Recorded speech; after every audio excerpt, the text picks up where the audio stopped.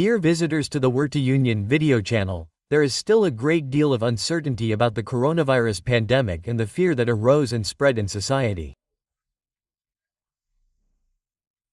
There is still a great need for reliable information and education. At the end of 2023, Werte Union, together with the association, Methik, Medizin und Ethik für die Gesellschaft, Methics, Medicine and Ethics for Society, organized a symposium on the coronavirus epidemic and its background. I am Professor Dr. Hans Pistner, Deputy Chairman of Werte Union and Head of the Health Working Group. I organized this symposium together with Professor Stahl from Methik. This event took place in the Town Hall Ballroom of the state capital of Thuringia, or Fordstadt, and was recognized by the Thuringian Medical Association as a continuing medical education event. Today we would like to offer you the opening lecture of the conference by Dr. Frank. Dr. Frank is a general practitioner and publicist and will give us an overview from a general medical and political perspective. Please listen and see for yourself. My name is Gunter Frank. I am a general practitioner, and general practitioners are basically generalists. We need to pool our specialist expertise to offer patients the most understandable overview possible. At the same time, I'm also an author. I've written many books on medicine and society. That means I was already aware of the many negative influences on medicine before the coronavirus. In my view, the coronavirus crisis is essentially a culmination of all these negative developments that we've been observing for many years. My talk will be background and classification, and it will be in 30 minutes. I'm putting a lot of effort into it. Much of what you'll hear will be explained in more detail later by my colleagues. I was fortunate enough to get to know some of these colleagues. It was a privilege during the coronavirus crisis, as outstanding specialists, but also as great people, a collateral benefit of the whole thing, so to speak. Yes, many still believe it's about a virus, but I think it was about something completely different. When this press conference, or rather, this speech by the Chancellor, came on screen on March 18, I thought, this is going wrong. Yes, the principle applies that a therapy must not do more harm than the disease itself. And at that time, that was everyone who knew where to look. For example, what does the most well-known epidemiologist there is, John Ioannidis, write? What does the German Network for Evidence-Based Medicine write? Well, everyone knew that at most a severe flu was coming.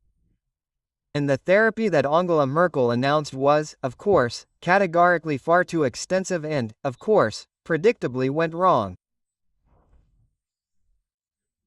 Just a few hard data in the form of keywords. You should always have that at hand when it comes to putting the whole thing into context.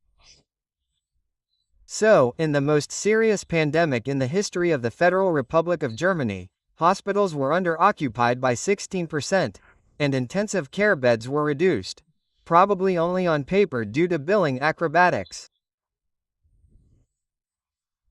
Of this historic under-occupancy of hospitals, 2% had been diagnosed with COVID. And with that, I could stop the lecture now, because that refutes everything. I can present all the arguments I want, but these are the hard numbers and there's no getting away from them.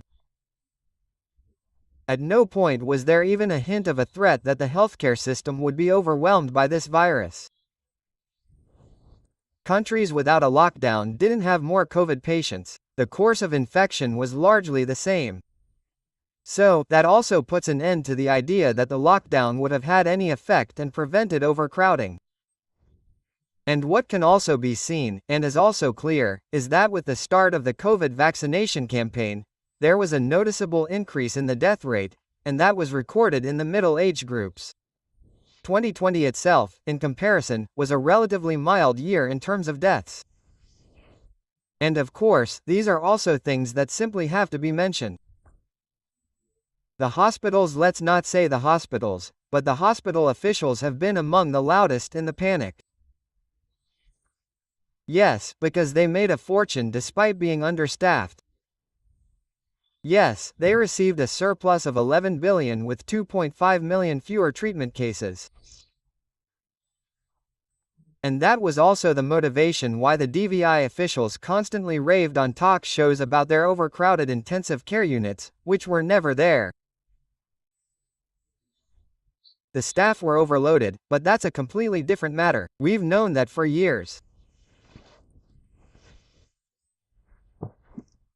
Then, in order to understand what was actually going on, to get to the bottom of it, it is important that we talk about the corpus delicti. My successor will do that in detail. What exactly was SASV2 and what is the deal with this Wuhan virus laboratory? And why does a virus appear in this environment, where it was obviously manipulated, and this Wuhan laboratory is actually the city in which such viruses are manipulated? You might think that's a coincidence, but I don't. And for me it was an eye-opener as to how this should be classified. And I have to say, I was a lecturer at the St. Gallen Business School for 20 years. So, I am aware of how the economy ticks, and by that I don't necessarily mean medium-sized businesses, but large corporations. It's all about one thing. Quite simply, one thing: money. Anything else is naive. If you, as CEO, don't provide the figures, you're out the window. It's all about money. And there is a specialist for medical patents. That's David Martin. He's the third one from the right, and he has written many dossiers on gain-of-function research. That is research that works on manipulating coronaviruses. And that's when a lot of things became clear to me. It's a huge network. These are the big American health authorities, led by Collins and Facei. That the Pentagon is using many international institutions from China, e.g. Big Pharma, the big foundations, and all these satellite institutions that have special tasks, like,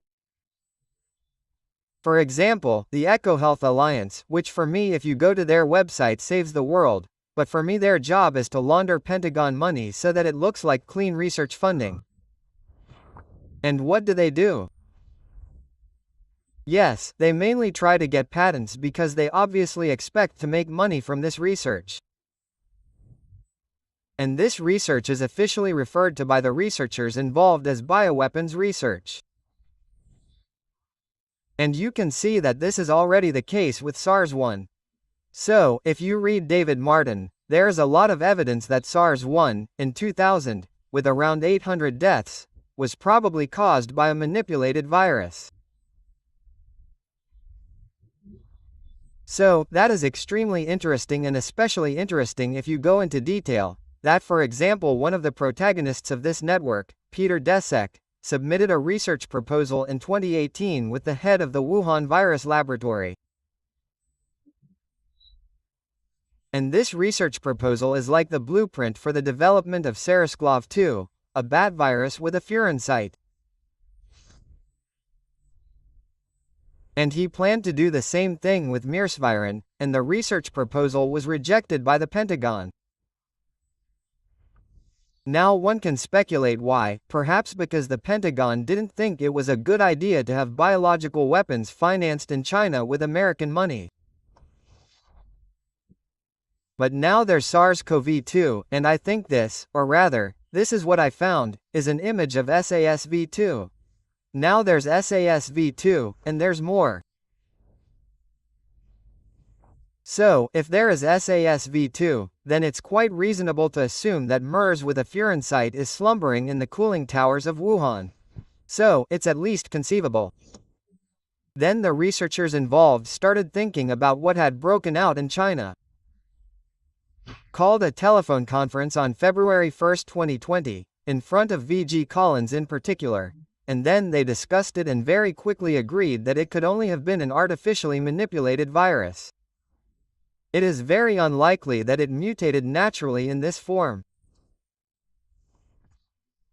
These emails that were sent back and forth afterwards were acquitted. I also wrote a book, State Crimes, and the emails are clearly in there. You can find them on the internet too, and you can see that the tone of these emails is authentic. So, it was clear to them that it most likely came from a lab, and then they got scared. Then they said that if this became public, our research would be held responsible and then our research funding would be cut again, because that had already happened before, when Ron Fear manipulated the bird flu virus in 2011 and made it transmissible to humans, the H5N1. There was a huge public outcry back then. No matter how much they broadcast Spiegel Time and all kinds of news, the media said, "What kind of dangerous research are you doing?" and that led to a moratorium in the USA under the Obama administration.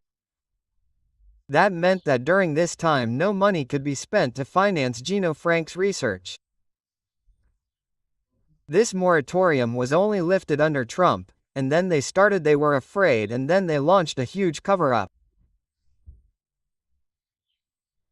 And it's a real disappointment during the Corona period that journals like Lancet, the lighthouses, are allowing themselves to be misused to brand people who have advocated the laboratory theory as conspiracy theorists. That worked well for 2 years. In some cases it still works. Mr. Wiesendanger campaigned very beneficially against it. In the USA, that is clear. In the USA, people clearly assume that this virus has laboratory genes. And the senator, what's his colleague's name? A colleague, I think, from Kentucky, Rand Paul. Yes, he also writes books about it and he's also giving Fauci a hard time in the CO. I wouldn't want to be in the shoes of the American participants in this conspiracy. But why did they rely so much on vaccination from the start? Angela Merkel already said on March 18, 2020, that we should scale back our lives until research has developed a drug and a vaccine. Yes, back then a vaccine was in no way conceivable in a serious sense. Vaccine development takes longer. Nevertheless, they were already talking about a vaccine back then, and this vaccine was then portrayed as the savior. So that wasn't any comparison was too extreme to describe the blessing of the new vaccine. The Spiegel or Stern magazine had the Holy Family with the 3 wise men, who brought BioNTech. Yes, that was absolutely insane. In that case, I always like to say from the Mal Bible to the Old Testament. Yes. And why did they always rely on gene-based vaccines? That, too, was simply the only thing that counted from the start. All other approaches were wiped out. I think of Mr. Stalker's vaccine or something like that. None of it counted. No one was interested. They wanted this gene vaccine. And that's astonishing. This is the current textbook on the subject. 9th edition from October 23, 2020. And what does it say about it? DNA, RNA vaccines. Despite these successes in the experimental model, numerous questions remain regarding the safety and effectiveness of this new generation of vaccines in humans. And to clarify such a complex issue in 2 months when it was finally approved is quite something. So it raises more than just questions. The issue was, or is, simply clear to me. They were under incredible pressure. In 20 years of corona research, with 4,000 patents, specifically the forensic patent, the corpus delicti, is a patent from the company Moderna, i.e. the genome, they failed to make any money from it. They tried a lot. For example, they also tried to get patents first. The first vaccine that Fauci submitted to the American Patent Office was rejected out of hand. Then they tried to get the Intervos and Shoot Me Dead Society excited about bioterrorism, painting it as the new threat, saying they need money for vaccine development, didn't work either.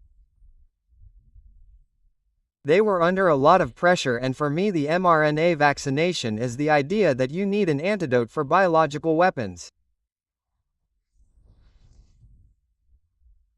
And then they used this technology for that. It can probably be reproduced more quickly than classic vaccines, and they intended it as a kind of antidote for the civilian population, and from the beginning they always tried, as I said, to make a civilian sales model out of it, which never worked.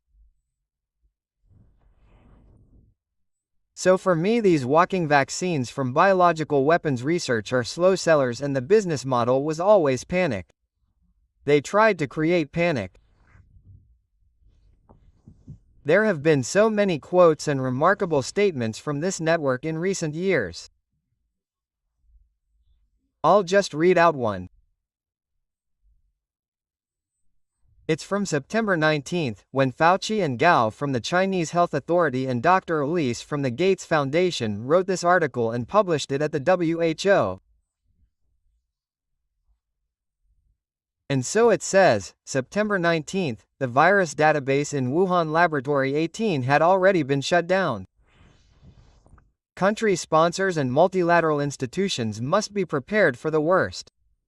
A rapidly spreading pandemic caused by a deadly respiratory pathogen. I've highlighted it in yellow, so you have to let that sink in. Regardless of whether it arose naturally or was released accidentally or intentionally. Well, I think they didn't really know what kind of infection it was. They knew it came from the lab. Had someone intentionally released it, was it an accident? So, they've already accounted for all eventualities. And then, of course, they say we need funding for vaccine development and we simply don't have to implement suitable non-pharmaceutical interventions.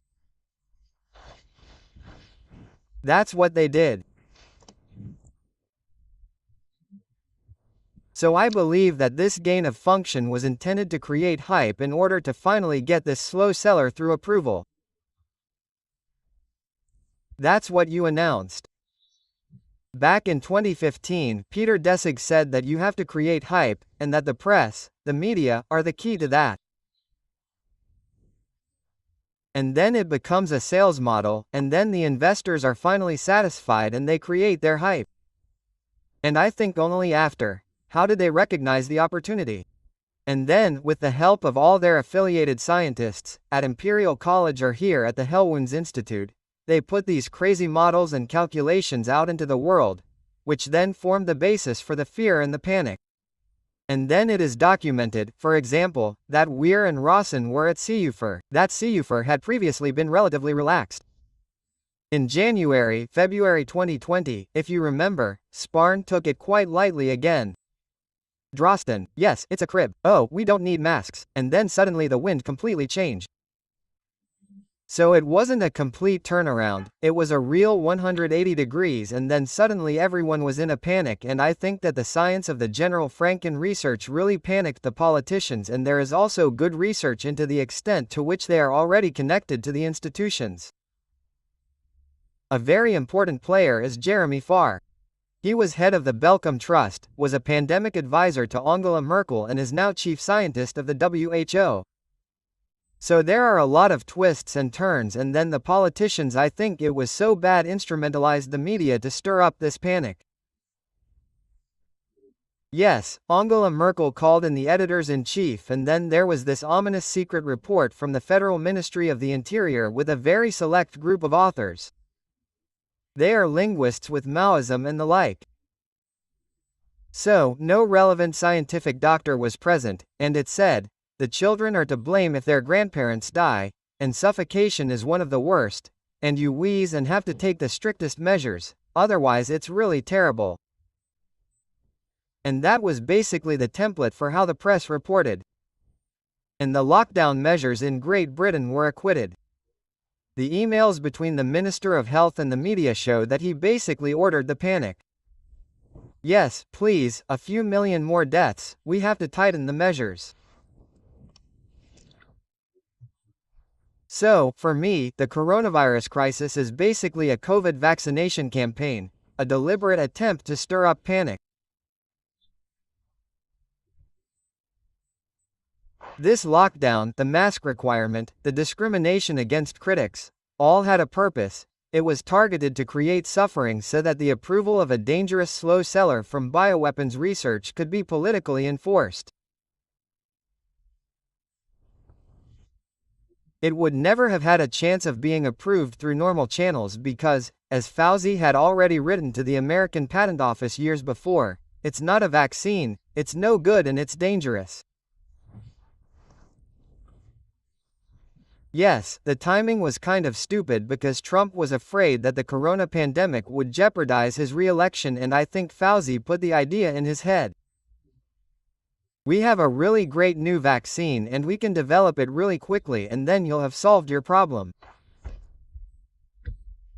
And then Trump, as the man in charge, really accelerated the whole thing with Operation Warp Speed, the fastest vaccine approval development of all time, and gave the funds and, if there's any problem, call me, I'll take care of it. And then the time had come. The thing was approved. It was approved with the worst, most easily transparent and ultimately most criminal study I have ever read. Well, we could give a whole 2-hour lecture on this study. It starts with the conflicts of interest. Most of these 30 authors state their conflicts of interest, e.g. most were fair employees. 2 have no conflict of interest. Do you know which ones? Bottom left is Mr. Shane and in the middle Ms. Turk. They state they have no interest. Yes, you know straight away, this mayor is sent back and they have to explain what's going on. They already received millions for ink development and are now billionaires. And I'll only address one point, this 95% protection against infection. Yes, you have to say it, it is what it is. The only politically elected party in parliament that is committed to clarification is the AfD at the moment. It would be nice if there were several, at the moment it is. And we owe these inquiries, e.g. to the Ministry of Defense, to them. And the question was, how many soldiers have tested positive over the years? So they are considered COVID patients. In 2000 there were 3,000 soldiers, in 2021 there were 10,000 soldiers, and now in 2022, when they are all fully vaccinated, the number of vaccinations actually still counts as 90,000. That went wrong. Anyone with immunological experience and knowledge of the textbooks knows no wonder. Yes, because a respiratory virus is fought at the mucous membrane level and there is the innate immune system, and specific antibodies have nothing to do with it at first, only when it penetrates deeper into the lymphatic system. So by definition this vaccine could not protect against infection, but that was basically the basis for all the stories like compulsory vaccination and so on. And that is just a disgrace, an absolute disgrace. I am not a lawyer, I hope something like this is perhaps somehow justiciable.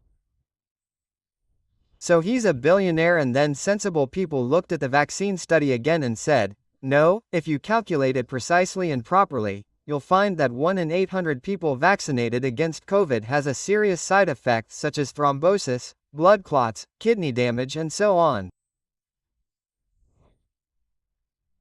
This was calculated by Mr. Doshi, the former editor of the British Medical Journal, although he naturally says he would like to have the original data. Then we could see what else Eichler is hiding in the dropout rate.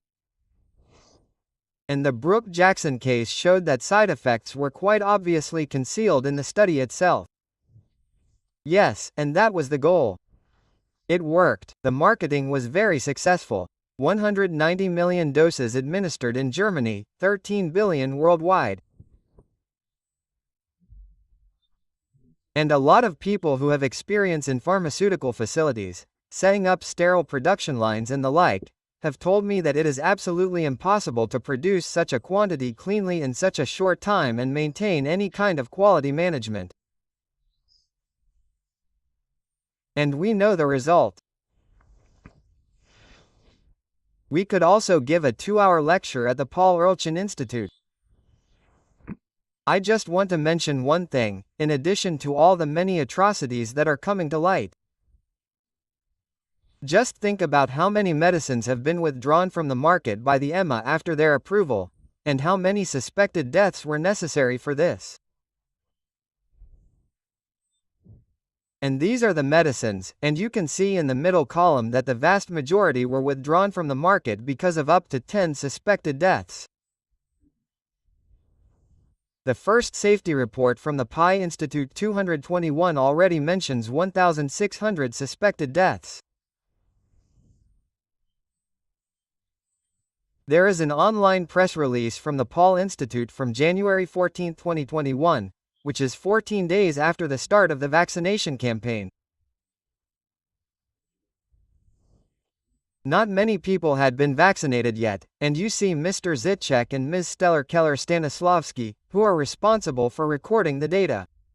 And questions come in, for example, about suspected deaths. And she speaks before 9, and the 10th comes in just as she is giving her presentation. So, after 14 days, there are already 10 suspected deaths.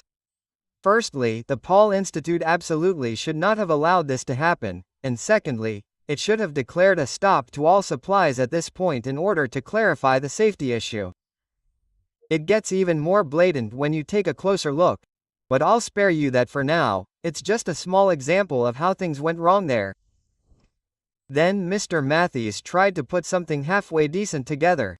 He and his team interviewed people who had come from vaccination centers, asking them whether they could be questioned about health issues for a year. He quickly realized that 1 in 125 went to the doctor about the vaccination after the vaccination. He raised the alarm and was immediately called back. And such outstanding colleagues as Mr. Gomeri, who, by the way, got his professorship from Olaf Scholz, an honorary professor from the Hamburg Senate, who isn't even the president of the World Medical Association and who has a genuine conflict of interest. During the entire phase, he was on the Scientific Advisory Board of APO GmbH, a Poet GmbH, which is a vaccine stock trader. We wrote to the World Medical Association with 200 doctors. They were supposed to comment, I guess. Of course, there was no answer, not even when asked. Charité then distanced itself incredibly. Charité pocketed millions in research funding. We don't have anything useful from the Charité regarding COVID-19 and COVID-19 vaccines. The Charité is one I don't know what would come of it if we were to investigate what kind of place it is. So now the question is, how many are there now? What kind of vaccine injuries do we have? What is the mortality situation like, or how high is the COVID crisis? That's difficult to answer because we're missing the best representative, preferably prospective randomized comparative study. Then we would know, and of course we could have done that. There's even the National Karat with I think 200,000 members. We could have started straight away. But they didn't want to. Now we have to make do somehow afterwards. This graphic here is a so-called heat map created by Professor Jürgen Kramer, a mathematician from Koblenz. He simply took the official figures from the federal government, from the statistics, and the top line is basically the 1-year-olds. It goes down to the bottom line, which is the 89-year-olds. And now he has entered the death rate there. That means how many people of that age were alive that year and how many of them died, and the percentage is then the death rate, and that is real. So these are real numbers that cannot be denied because death is objectively undeniable, you might think. And there you see a color gradient, so it is a little bit light. If it were completely dark now, you would see that this is clearly the case. So the worst death rate is dark in that year of life and the lightest is the best. Of course the trend is from left to right, that means it is getting better and better. And you can see, well, if you look closely, you would see that 2019 is the best year, followed quite closely by 2018 and 2020, perhaps with 2016, but that is 21 and 22 on the right, that there are darker areas in the middle age groups. I'll take the last 6 years, it becomes clearer and you can see on the right that it is getting darker, and that is objective, that cannot be denied. But you cannot derive absolute figures from that. If you want absolute figures, you have to estimate again. That is the crux of the matter. Excess mortality is always an estimate. If you try to estimate it reasonably, you were once exact. Well, we don't have that, still not. And the question now is, okay, there is an increase in deaths. What is the reason for this? I've never read such announcements in club magazines, but they do exist now. You can find them, like in a Felser club, a sports club. In the last few months, unfortunately, a number of members and honorary members have left us, the likes of which we haven't seen in such numbers in recent years.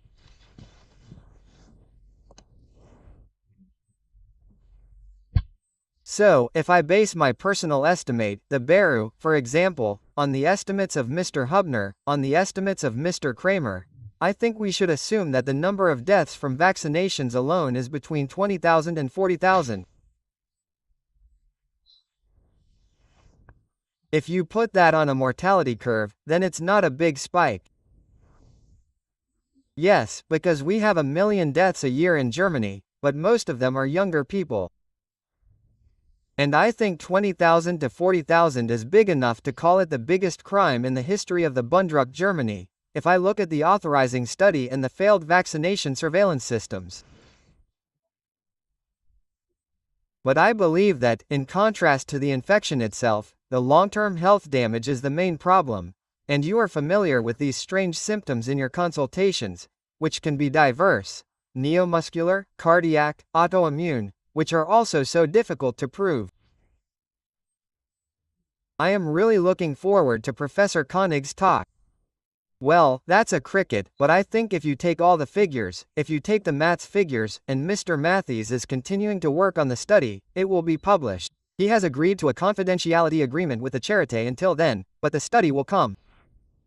The results will not be great, you can assume. So, I think we should be talking about 100,000 to 200,000 severely injured people. I had great hopes that most of these symptoms would disappear after 6 months. In my experience, that is not the case. I have around 60 or 70 vaccine victims in my files, and they are not really doing much better. A huge problem. Anyone who says, but the benefit was greater, that's also difficult to answer. But at least Great Britain always determines the vaccination status of a deceased person. And these are the figures from Great Britain. The light bars are the unvaccinated, followed by the first, second, third, and fourth vaccinations. And you can see that in every age group the unvaccinated do best compared to the vaccinated. Those with the fourth vaccination, they probably had it screened beforehand. And above all, you see 90-plus-year-olds too, the unvaccinated do better. And for me that is the most meaningful work at the moment. It shows that the myth about the benefits of vaccination for the very elderly is not true here either. There is no need to talk about it for younger people. And instead of reflecting on it, you make vaccination compulsory for healthcare professionals and the armed forces. I was able to say that in the Bundestag and said it is a catastrophe. I told them about my patients, about nurses, about geriatric nurses, and asked them to please stop this compulsory vaccination. The result was that the government parties and the CDU insulted me. Then things got pretty heated in the room. What kind of people are these? Should their abortions be revoked? And so on, so completely lacking in empathy. Absolutely nothing, absolutely nothing. And the question we all ask ourselves is, how can this be? How can everyone go along with it and act so heartlessly, turning a blind eye? What kind of force is making this possible? And an answer could lie there. This is a study by Yale University started in the summer of 2020. They knew full well that a serious vaccine was a long way off, and the task was to find out which messages most motivate people to get a COVID-19 vaccination.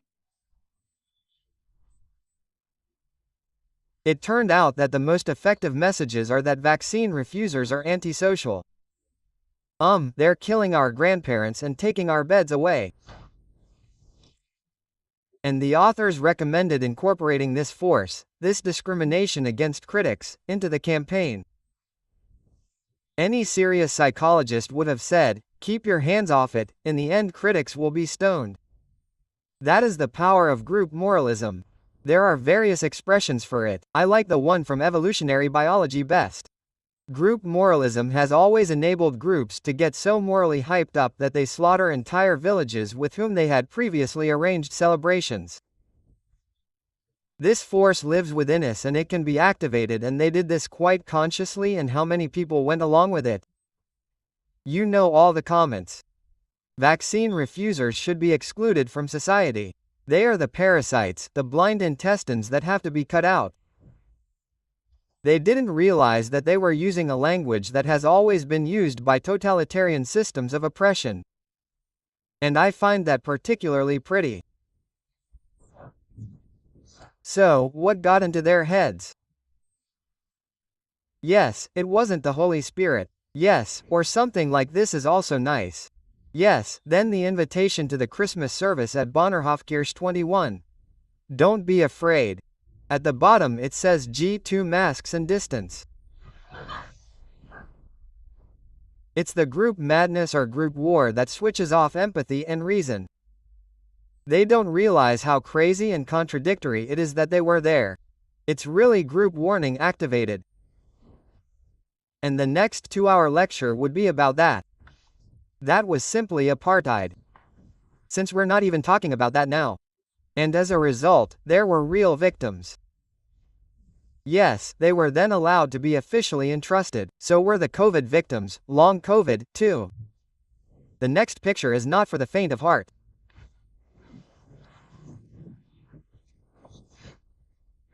As authentic as anything. So, you're afraid for the candle. Yes. Yes. And then there are the fake victims, the ones left alone, who wander through hospitals and who are then, of course, psychiatrized and psychologized. It's a disgrace for medicine what's happening to vaccine victims right now. And then they come and say, Corona is over now, Mr. Frank. So yes, a mistake was made, but now let's look ahead. Yes, it's over. No, it's just beginning. The whole point is to approve a bad new drug that can be sold as an innovation, to use new patents, and so on. That was the whole point. It's only really getting started now. Yes. That's why Jens Spahn abolished drug safety in May 2020. He issued this regulation that allows the injection of unauthorized substances, the waiver of retention samples, the waiver of information, and exempts medical personnel and pharmaceutical companies from product liability. I would be a bit cautious there, though. It says that this is only possible in cases of gross negligence or intent. And I'm just speculating that there won't be any celebrations in 10 years because the documents released show that there was intent and negligence here. So, we've had no drug safety since Corona. Yes, accelerated approval is standard. Why is this vaccine being approved so quickly? There's no reason for it. Pregnant women are being used as guinea pigs again. All vaccines are supposed to be replaced by mRNA technology. All of this is probably in the pipeline shortly before approval, all sorts of things. Quest, Nile fever and all the new dangers that are being announced, and then they're meeting in Berlin now to discuss the next pandemics and wars. As Jeremy Farr said recently in Berlin, the greatest threat to humanity, also with regard to a future pandemic, is influenza, especially with regard to H5N1. You saw earlier that gain of function made it transmissible to humans. And then Rawson comes along and says that together with the H5N1 bird flu, I see more than one pathogen. Oh no, exactly. Loriot said. Oh, in plain language, yes, that genofunction research manipulates viruses and develops mRNA genetic substances for this purpose. Once the virus is released, WHO will declare a pandemic and ruthlessly enforce vaccinations in crisis mode without any checks. You could call it a conspiracy or something else. I call it organized crime.